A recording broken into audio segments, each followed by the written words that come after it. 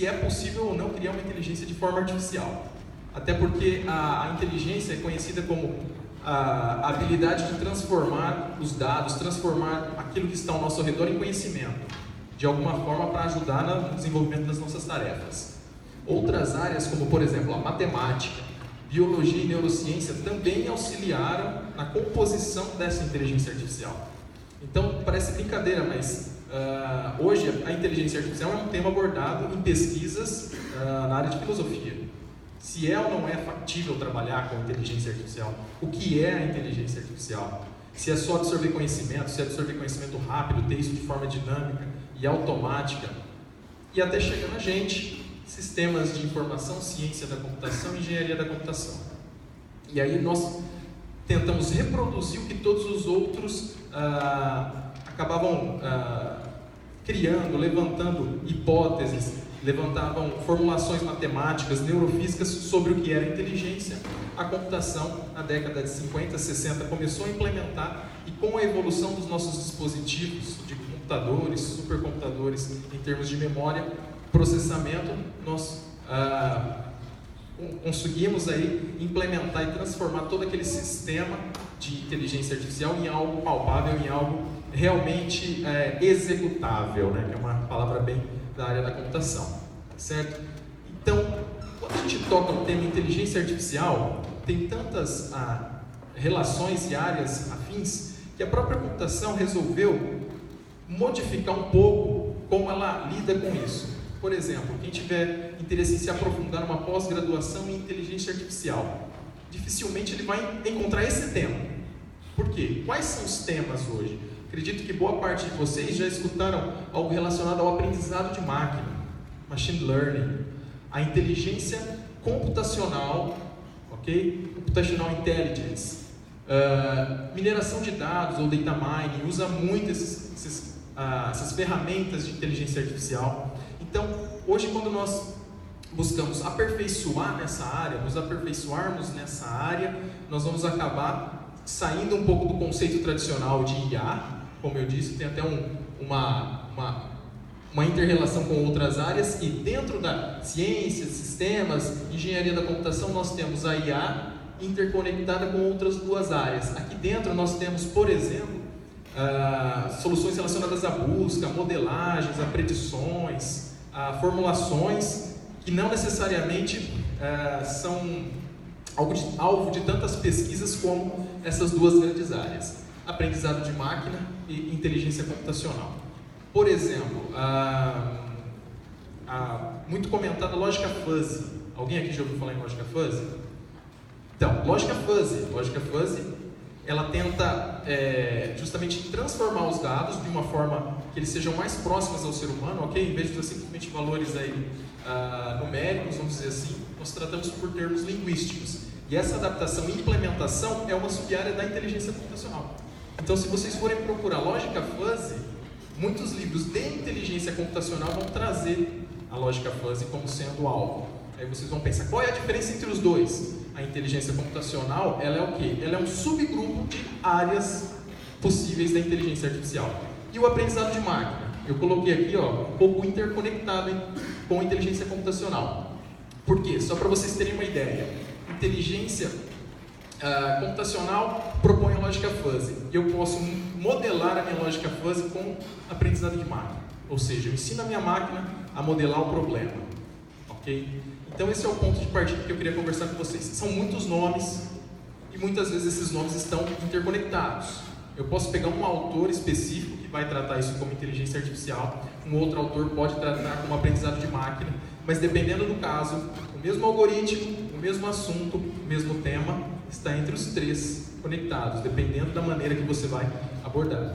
Exemplo, eu quero uma solução para um problema, eu vou usar uma regressão linear. Se eu vier da matemática, eu tenho uma regressão linear. Se eu vier da computação, eu tenho uma regressão linear, que pode ser criada via aprendizado de máquina. A minha máquina, o meu computador, vai criar essa regressão, essa função, essa equação de reta, no caso. Ok? Então vamos definir uma questão interessante. Acho que a maioria de vocês aqui já viu programação, quem está no primeiro ano. Tem muita gente do primeiro ano, primeiro semestre, que não viu nada, mas já viram alguma coisa, né, de programação. E Então vamos lá. Diferença entre usar um algoritmo de inteligência artificial, aprendizado de máquina, ou inteligência computacional, que para nós essa noite são sinônimos, ok? Essa é uma diferença importante. Quero resolver meu problema com um algoritmo tradicional. O que a gente faz? Implemento o meu algoritmo de forma que ele explique primeiro passo, segundo passo, terceiro passo, quarto passo, faça isso, if, then, else, while, if, faz uma leitura em disco, escreve em disco, lê do banco, faz uma query, volta e finaliza a sua implementação. Isso vocês estão acostumados, ok? Essa é mais ou menos a ideia. Quem está vendo o pseudocódigo, o algoritmo, tem aquelas histórias de como eu faço para trocar uma lâmpada. Vocês chegaram nessa parte? Como eu faço? Aquelas ideias básicas de passo a passo, para que vocês tenham em mente, principalmente o paradigma estruturado, que é assim que funciona a maioria das implementações, ok? A inteligência artificial, ela vai trabalhar pensando em um modelo. Como assim? Eu não vou descrever passo a passo como eu tenho que resolver o meu problema. E sim, eu vou tentar extrair o conhecimento daquele que eu tenho e criar um modelo para isso. Cada algoritmo diferente de inteligência artificial cria um modelo diferente. Quando vocês observam esse desenho aqui, para muitos pode parecer um grafo, para alguns que já viram uma rede neural, pode ser uma árvore, dependendo de onde eu olho. Se eu colocasse ela com uma raiz aqui única, poderia ser uma árvore, que é um algoritmo também, dependendo do caso, a sua árvore de decisão pode ser criada por aprendizado de máquina. Então a ideia da inteligência artificial é gerar um modelo. E por que gerar um modelo e não gerar passo a passo? Vamos pensar o seguinte, eu tenho o seguinte problema, eu tenho que implementar um algoritmo que consiga comparar, ou melhor, identificar se é um cachorro ou é um gato, dado uma foto do rosto do animal. Como vocês explicariam, porque a gente está falando de programação, eu preciso transferir isso para implementação. Como é que eu explico passo a passo como eu diferencio um gato de um cachorro? Quer dizer, eu não consigo nem explicar direito. Focinho, sei lá, dependendo da raça também tem o focinho achatado, a orelha pontuda, dependendo da raça tem a orelha pontuda. Aí é aquela história. Como eu vou diferenciar? Vocês saberiam me dizer? Às vezes vocês até saberiam me dizer, mas como implementar isso como linguagem estruturada? Como vocês fariam? É difícil. Então, ao invés de tentar explicar, nós poderíamos dar vários exemplos. Isso é um gato, isso não é um gato. Isso é um gato, isso é um cachorro, isso não é um cachorro. Com estes exemplos, nós iríamos induzir um modelo, nós iríamos criar um modelo para que ele determine o que é um cachorro e o que é um gato. É mais ou menos essa linha que funciona a inteligência artificial. Eu não preciso explicar passo a passo. Eu preciso conseguir descrever o meu problema para que essa descrição, essas features, esses atributos, esses parâmetros me auxiliem na construção de um modelo que vai ser usado para realizar aquela tarefa. Certo? Então, alguns casos vocês podem, para quem já está estudando IA, para quem já está estudando algoritmos de aprendizado de máquina, vocês podem falar. E no caso não supervisionado, e no caso semi-supervisionado, são outras questões, não vou entrar nem em detalhes técnicos, mas a ideia básica é, me dê um conjunto de dados que possa generalizar um problema, um conjunto de dados que possa explicar para mim parcialmente ou de forma completa aquele problema, para que eu consiga inferir, criar um modelo que vá dar a minha solução. Então vamos pensar o seguinte, 2 passos, treino e teste, para generalizar. Primeiro eu pego alguns exemplos, tento induzir o modelo e verifico se ele resolveu aquele problema. Resolveu o problema? Posso ver ou posso validar aquele modelo para o mundo real. Tranquilo até aqui, pessoal? Então o que tem de implementação nos algoritmos de inteligência artificial? O que nós temos de implementação é justamente o quê? A construção do modelo, que vai ser usado na prática para resolver o meu problema. Tranquilo? Então vamos lá. Vocês devem ter visto estrutura do tipo árvore, ok? Em estrutura de dados, ou não sei qual é a disciplina que vocês teriam esse tipo de conteúdo. Então, ok.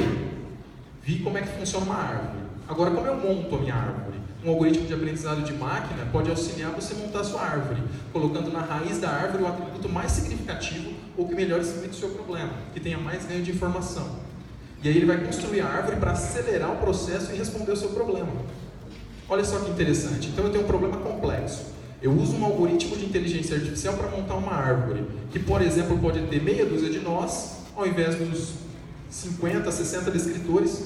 Além de resolver o meu problema, ela escolhe quais são os atributos relevantes. Eu olho a minha árvore, sei quem está no topo é o principal atributo, e por aí vai. Então, os algoritmos de aprendizado de máquina, de inteligência artificial, têm essa característica. Tranquilo, pessoal? Ao invés de fazer o passo a passo, nós vamos criar um modelo que vai generalizar o meu conhecimento. Ele vai fazer para mim o passo a passo e entrar em execução. Aqui eu trouxe alguns exemplos, só para vocês terem ideia. Eu tenho meu algoritmo de IA para resolver um problema de solução na área médica. Quais são as entradas, quais são as descrições, quais são os parâmetros que eu uso para tentar resolver o problema médico? Por exemplo, eu posso usar sintomas e os exames realizados pelos meus pacientes. Esses são os sintomas, essas são as características dos meus pacientes. Vou dar vários exemplos de sintomas e pacientes, para que eu crie um modelo que possa me explicar e me dar o diagnóstico de uma série de pacientes. Eu não preciso realmente concatenar um monte de if está com febre, if tem mancha, if, e às vezes eu montei uma estrutura, montei os ifs alinhados ali, de repente um ou outro sintoma que não bateu, eu anulo completamente a minha sintaxe. Com um algoritmo inteligente, ele vai ter um grau de pertinência. Ele vai ver, por exemplo, não se manifestou manchas na pele, mas ele tem uma certa probabilidade para continuar afirmando sobre o diagnóstico. Ele é inteligente, ele tem esse poder de maleabilidade com relação à sua proposta, com relação ao seu objetivo. Outro exemplo, para inteligência de negócios, BI, Business Intelligence. Eu coloco os meus clientes e os meus produtos. Treino, modelo o meu algoritmo e ele vai, por exemplo, descrever o comportamento do meu consumidor. Eu posso fazer simulação. Qual é o foco? Eu preciso de um cliente de qual idade? Eu preciso atingir qual tipo de local? Qual horário? Qual é o meu público? Qual é o produto que ele espera? Isso a gente faz muito em BI, na área de negócios. Tentar simular, encontrar meu cliente, tentar detectar qual é justamente o meu foco. Eu até olhei aqui, soluções em BI, Business Intelligence. Podemos usar aprendizado de máquina para executar esse tipo de coisa. Vamos lá. Próximos exemplos. Entretenimento. Esse aqui eu coloquei até pelo software Prisma. Não sei se vocês usaram, ouviram falar. Alguém aqui já usou? Tem instalado? Pouca gente. Quem nunca ouviu falar, não sabe do que eu estou falando? Tá. Quem não sabe do que eu estou falando? O software Prisma, ele é um software de uma empresa russa. Ele é semelhante a um filtro do Instagram. Você tem uma foto, ele aplica um filtro. Só que tem uma diferença. Ele não aplica um filtro tradicional. Na verdade, o filtro é um filtro inteligente. Ele foi criado por meio de modelagem, usando redes neurais, para imitar um dado segmento artístico. Então eu tenho, por exemplo, um artista, Salvador Dalí.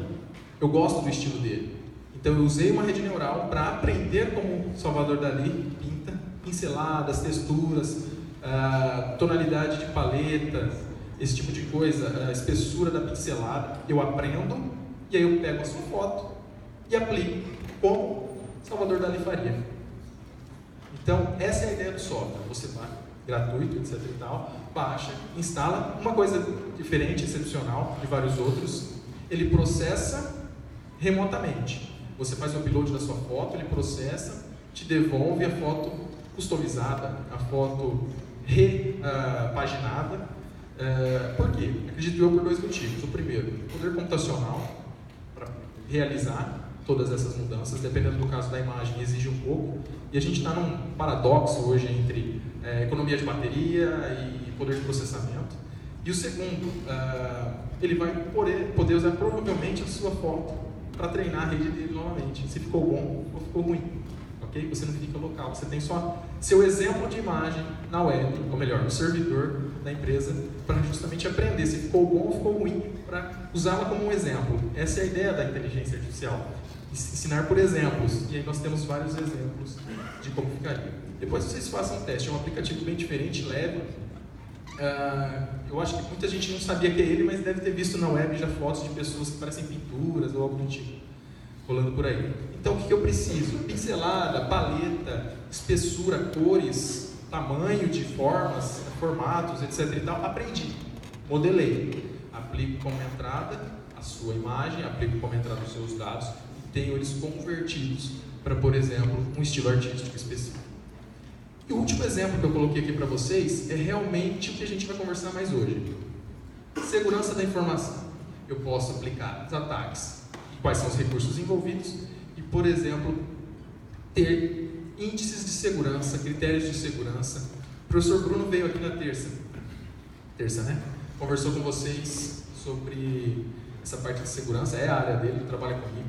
Agora ele trabalha na sala do lado da minha e ele deve ter comentado com vocês, a ideia dele hoje é conseguir predizer, logo, né, em breve, o projeto dele envolve a predição do comportamento do atacante. Ele conversou disso com vocês? Falou disso. Então imaginem só, eu comecei a sofrer um ataque, percebi que aquilo é um ataque, vou predizer, eu sei que ele vai fazer daqui 3, 4 passos. O que eu faço com isso? Posso bloquear? Bloquear é mais simples. Bloquear os sistemas hoje já podem.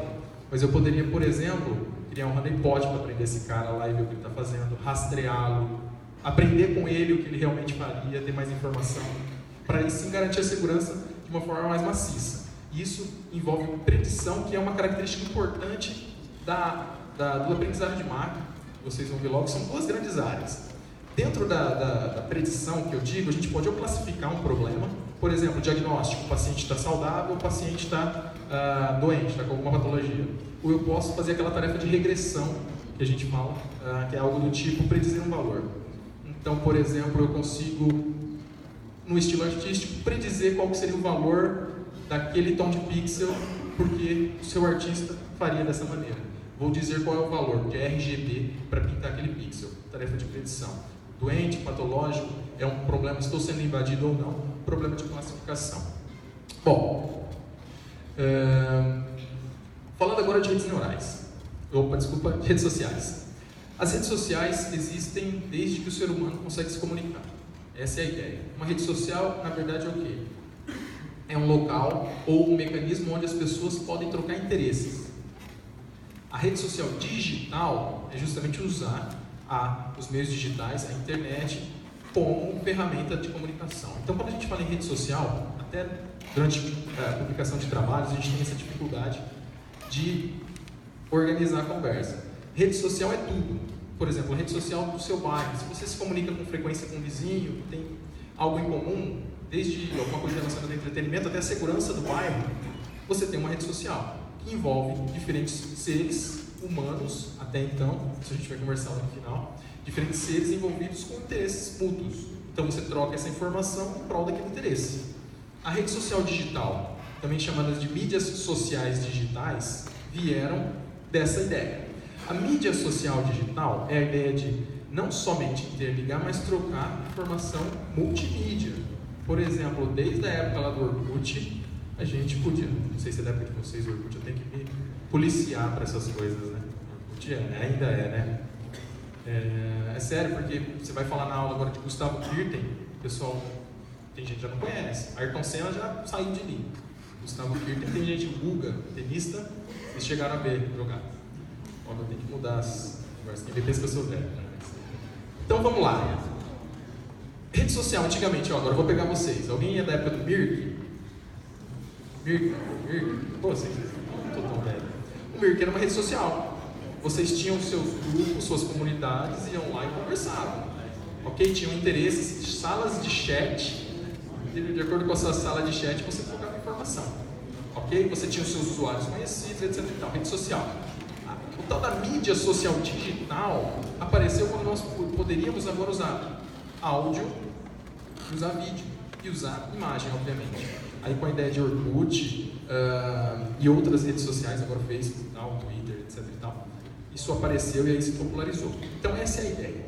Rede social, coisa antiga, coisa tradicional da humanidade. Rede social digital, o advento da comunicação por meios digitais, lá do Orkut, lá do ICQ, lá das coisas mais remotas, MSN, até chegar ao que nós temos hoje com essas redes mais complexas. Então é isso. Unindo esses grupos, nós temos várias informações interessantes. muitas delas até associadas a teorias da conspiração, esse tipo de coisa. Por quê, pessoal? Nessa imagem que eu preparei para vocês,